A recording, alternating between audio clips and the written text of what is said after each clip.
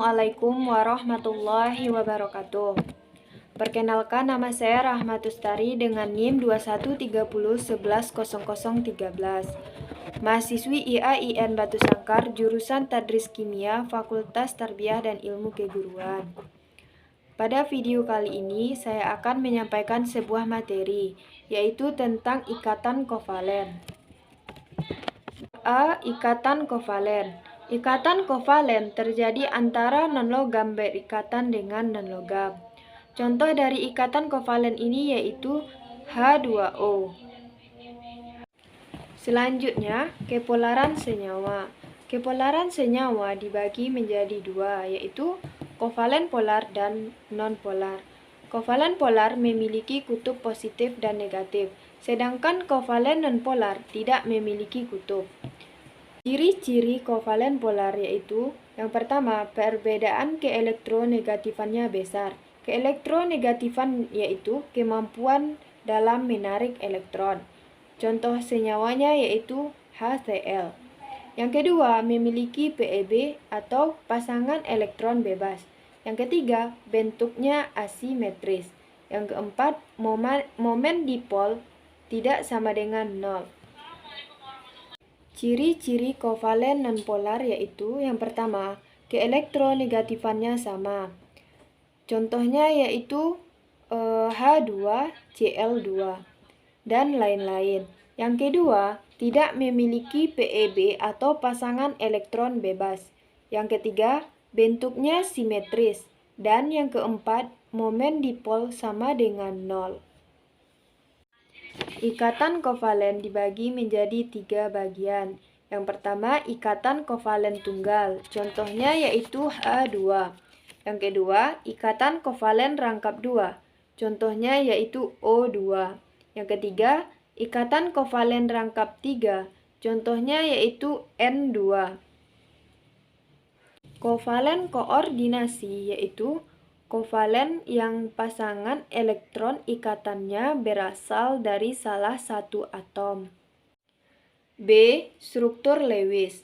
Cara menggambar struktur Lewis ada 7, yaitu yang pertama, buat susunan atom, pastikan atom pusat.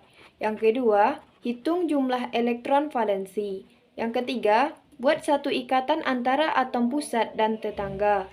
Yang keempat, lengkapi elektron atom tetangga. Yang kelima, sisa elektron diletakkan di atom pusat. Yang keenam, jika atom pusat tersebut oktet, maka buat ikatan rangkap. Yang ketujuh, atom pusat di periode ketiga boleh lebih dari oktet. Contohnya yaitu CCl4, yang kedua NH3. Yang C, struktur molekul. Bentuk molekul yaitu pasangan elektron akan mencapai kondisi agar terjadi tolakan paling kecil. Yang pertama, bentuk molekul linear. Rumusnya yaitu AX2. Yang kedua, bentuk segitiga planar datar. Rumusnya yaitu AX3. Yang D, rumus dan nama senyawa kovalen. Senyawa kovalen berikatan dengan non-logam dengan non-logam. Apabila pertama dinamakan mono, yang kedua di, yang ketiga tri, yang keempat tetra, yang kelima penta, yang keenam heksa, yang ketujuh hepta, yang kedelapan okta, 9 nona, yang ke-10 deka. Contoh nama senyawa kovalen. SO3 nama senyawanya yaitu belerang trioksida. Yang kedua P2O5. P nama senyawanya fosfor. Jadi nama senyawanya yaitu difosfor pentaoksida. Yang E, penyimpangan aturan oktet. Yang kita tahu ketika membentuk suatu ikatan kovalen, maka atom pusatnya itu harus oktet.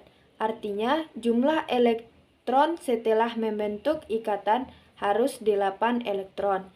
Tetapi ada beberapa molekul yang mengalami penyimpangan aturan oktet.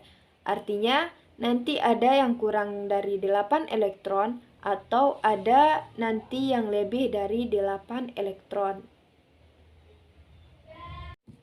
Penyimpangan aturan oktet ada 3, yaitu yang pertama, oktet tak lengkap.